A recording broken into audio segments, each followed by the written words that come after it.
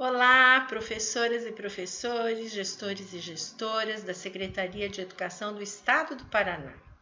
Bom, estou eu aqui de volta hoje para falar especificamente sobre diferenciação curricular, ou uma outra forma de denominar também é flexibilizar o currículo que está sendo trabalhado na sala de aula de formas diferentes. E vocês vão ver agora quais são as estratégias que a gente usa, quais são os princípios norteadores dessa modificação, dessa flexibilização do currículo e também como é que você aplica isso nas diferentes estratégias.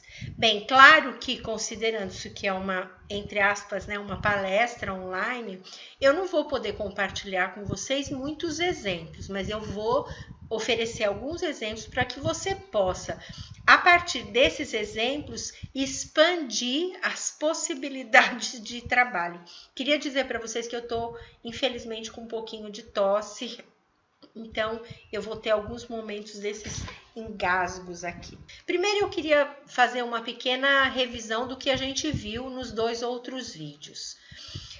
O foco dessa mudança não está no estudante ou na estudante. O foco da mudança, da flexibilização curricular, da diferenciação curricular proposta pelo material da Unesco está na vida real, ou seja, no ambiente de sala de aula, ok?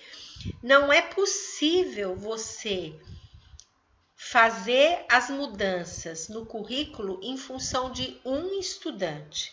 Você precisa promover mudanças no modo como você organiza a sala, no modo como você apresenta os diversos temas ou conteúdos, enfim, que vão ser trabalhados, no modo como você avalia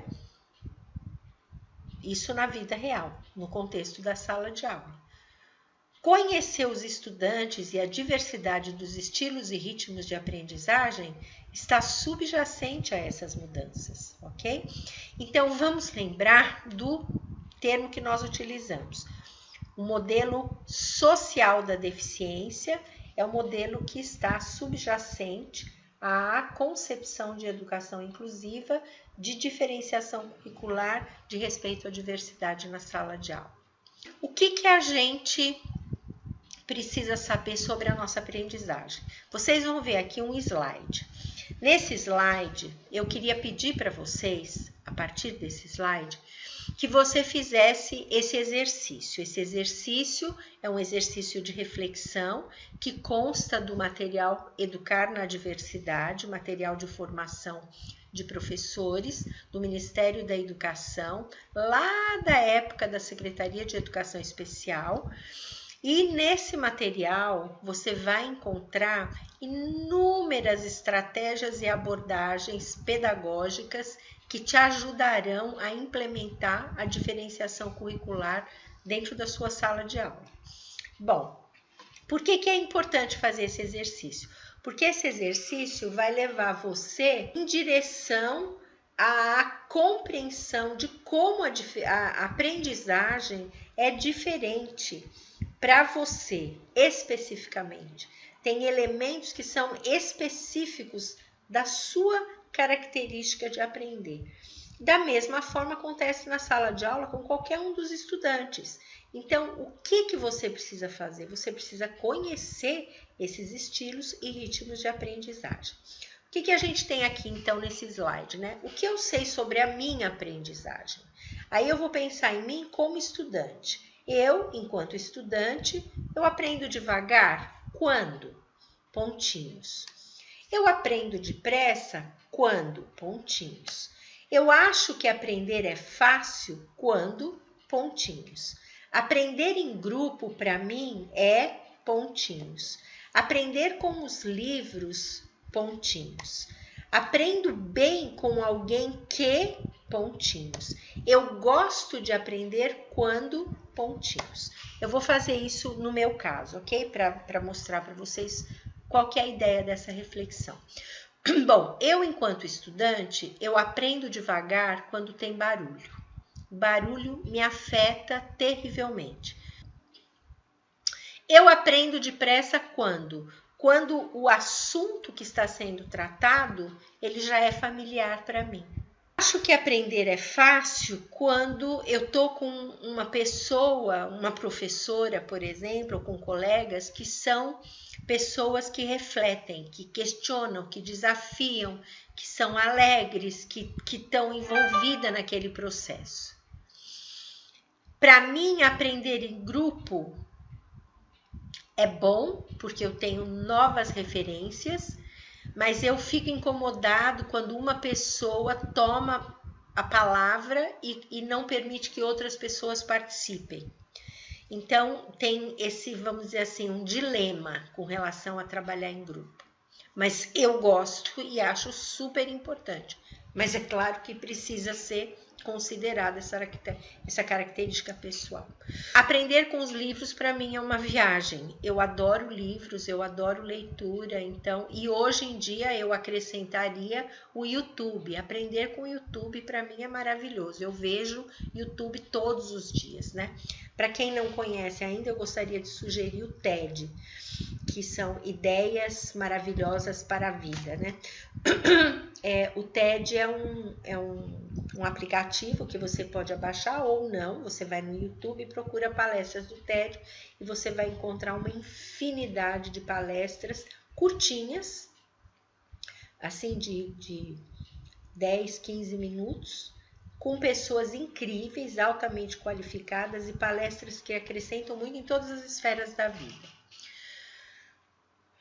Aprendo bem com alguém que conversa comigo e me ajuda a avançar. Me leva a refletir sobre coisas que eu ainda não tinha pensado. Eu gosto de aprender quando eu estou descansada. Se eu estou cansada ou se eu estou com fome, não funciona a aprendizagem para mim. Então, o que significa isso? Significa que você depende, como um indivíduo, de elementos externos que estão afetando a sua aprendizagem. E esses são exemplos superficiais, é só para você ter uma ideia. Mas, por exemplo, se a gente for pensar num nível um pouco mais aprofundado, tem variações do tipo: eu prefiro trabalhar com caneta do que trabalhar com lápis, ou vice-versa. Eu prefiro trabalhar sentada na mesa, com uma luz apropriada, do que deitada na cama. Mas, vocês podem até achar, é óbvio. Não, não é óbvio, porque muitas pessoas leem, estudam, trabalham deitado na cama. Eu tinha uma amiga que acordava às 5 horas da manhã para estudar deitada na rede. Então, esse era o esquema dela. Ela estudava 2 horas por dia, todos os dias. Então, existem diferenças que são muito significativas, né? Eu prefiro, eu aprendo melhor quando eu escuto alguém falando do que eu aprendo melhor quando eu leio sobre aquilo. Então, são variações que são absolutamente individuais e são esses elementos que o ensino tradicional, a metodologia de ensino que nós conhecemos, que nós vivemos na nossa escolarização, ela simplesmente desconsidera a diversidade de estilos e ritmos de aprendizagem, os perfis de aprendizagem. Então, quando nós trabalhamos com a concepção de diferenciação curricular na sala de aula regular, nós temos que reconhecer essas diferenças e conhecer as características individuais para a gente poder planejar uma aula que de fato contemple todas as crianças, né? Todos os jovens, todos os adultos. Vamos agora falar dos 5 princípios da prática de ensino inclusiva. Esses princípios são fundamentais para a diferenciação curricular, mas eles são fundamentais para qualquer professor em sala de aula, mesmo que não tenha um estudante que seja mais diferente em termos de aprendizagem do que os outros estudantes, por exemplo, uma criança surda, uma criança cega, um jovem com TEA, o que quer que seja. Esses 5 princípios, gente, vocês precisam decorar. aprendizagem ativa, negociação de objetivo, demonstração prática e feedback, apoio e colaboração e avaliação contínua. Então, esses princípios são super importantes para você começar um movimento de modificar a sua prática pedagógica ou, como se dizia há muito tempo atrás, a didática da sua aula. Vamos falar sobre cada um, mas antes disso eu quero dizer para você, faça o download do material do MEC, que está na rede Educar na Diversidade, material para professores. Este material é o material onde você encontra o detalhamento desses 5 princípios de prática de ensino inclusiva ou metodologia de ensino inclusiva. E esse material é show, é maravilhoso. Então, nós precisamos trabalhar com este material porque ele vai ajudar cada uma de vocês a começar gradualmente a implementar essa estrutura dinâmica da sala de aula. O que é aprendizagem ativa e dinâmica? É uma aprendizagem prazerosa, é uma aprendizagem que desperta motivação, desperta interesse dos estudantes, que permite que eles interajam, que eles conversem, que eles andem. Então, claro que não pode ser uma aprendizagem individualizada.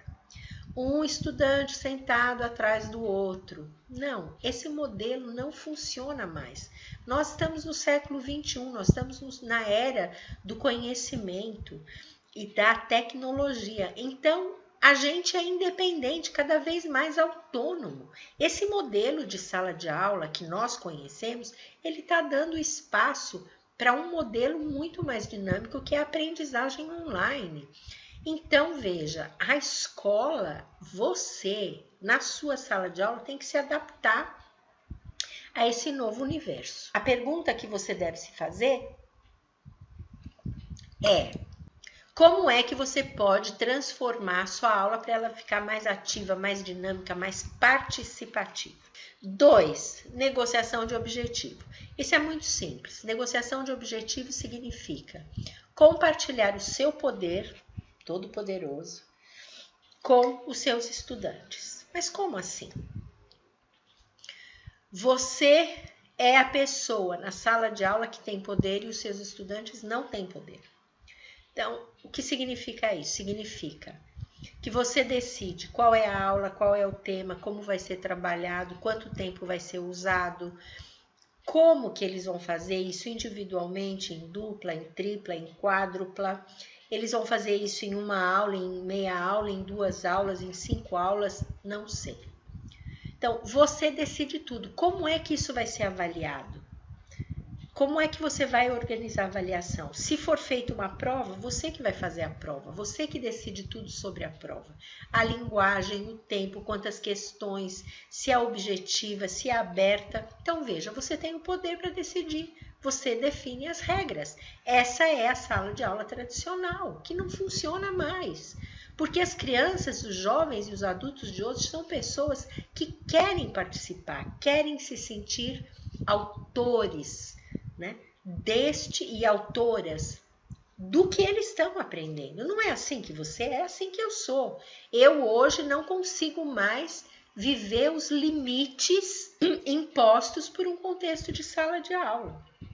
Então, negociar objetivo significa o quê? Ao invés de você chegar com a aula pronta, você chega com a aula planejada. Compartilha e pede feedback para os seus estudantes para que eles possam contribuir, ok? Nós vamos ver exemplos disso. Demonstração prática e feedback é o 3º princípio. O que significa isso? Significa dizer, olha, gente, isso aqui é o que a gente vai estudar, isso aqui é onde eu quero chegar e depois que a gente passar por esse processo, vamos ver o que vocês aprenderam, que a gente precisa comentar. O que acontece na sala de aula tradicional? A professora chega, escreve um cabeçalho no quadro, começa a aula, não fala o que acontece, o conteúdo, o que vai rolar naquele momento, não termina ou termina, às vezes não planeja, chega com o seu background, o seu repertório de experiência como professora, como uma pessoa que dá aula há muitos anos, em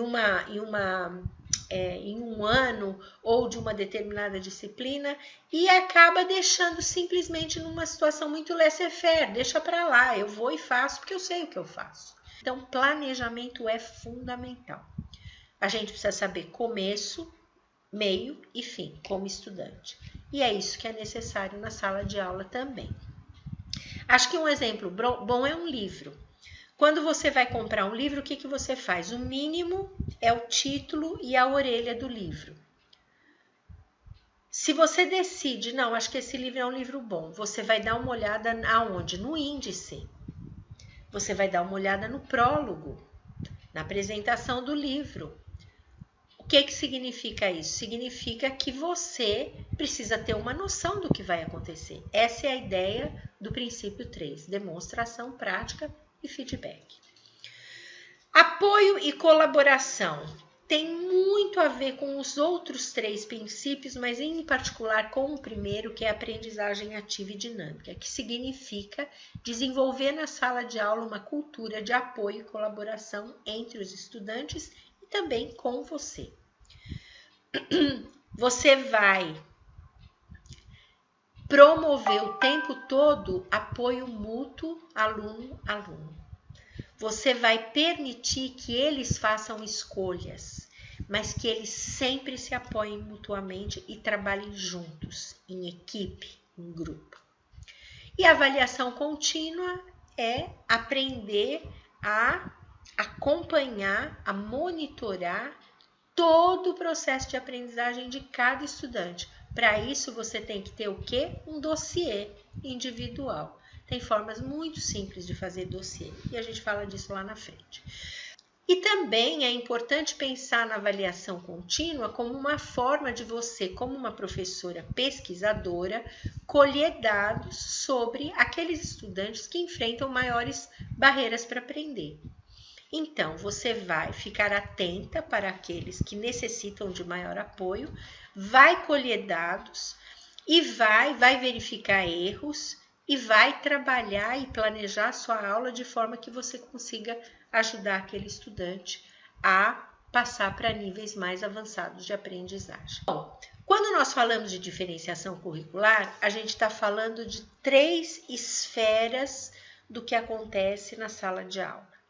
Primeiro, é o conhecimento que precisa ser aprendido. Então, o que é ensinado? Você vai olhar para o ensino, como é ensinado, o modo como você ensina, e vai também avaliar o que foi ensinado em termos daquele conhecimento em particular e o que cada estudante aprendeu. Quando eu falo em conhecimento, eu não estou falando somente em conhecimento teórico. Eu estou falando em currículo, ou seja, ele é abrangente. É conhecimento teórico, disciplinar? Sim, mas nós temos que aguardar um pouquinho esse relógio. Mas é também conhecimento comportamental, conhecimento social ou aprendizagem social, aprendizagem interacional, maturidade para lidar com elementos que ocorrem na sala de aula, compreensão, expressão e por aí vai. É tudo que acontece na sala de aula. Bom, então você tem que ter em mente esses 3 níveis: conhecimento, ensino e avaliação. Porque as estratégias, elas vêm em cima exatamente disso. Então, agora, aqui a gente está vendo essas 4 estratégias, né? A primeira estratégia é conhecer o estudante. Lembra, eu falei do dossiê? Então, você vai construir um dossiê para cada estudante, mas principalmente para aqueles estudantes que precisam de maior apoio, que são os estudantes que encontram barreiras para aprender. Mas por que para cada estudante, se aquele que aprende bem vai embora sozinho? Porque você precisa também conhecer aquele estudante, conhecer os potenciais que ele tem para ele compartilhar com a turma, com seus colegas. Você também precisa estimular esse estudante para avançar no conhecimento. Ele não precisa ficar no mesmo nível de outros. ok? Estratégia 2, estratégias ambientais, como é que você modifica o ambiente. Estratégia 3 são as estratégias específicas de aprendizagem, que é onde entram os princípios da metodologia de ensino inclusiva.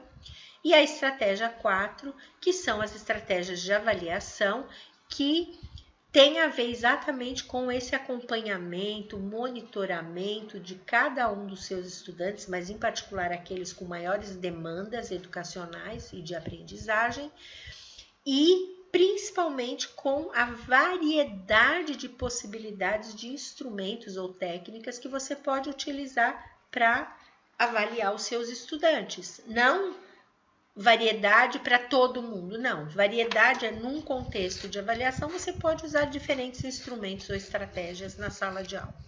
Bom, para conhecer o estudante, você tem que conhecer o quê? Características individuais, comportamentos, estilos de aprendizagem, atitude frente a atividades diferentes, tipos de avaliação que podem ser usadas ou que são melhores usadas para eles. Por exemplo, característica. Esse estudante tem algum hobby, algum interesse em particular? Você precisa saber disso, porque isso é importante.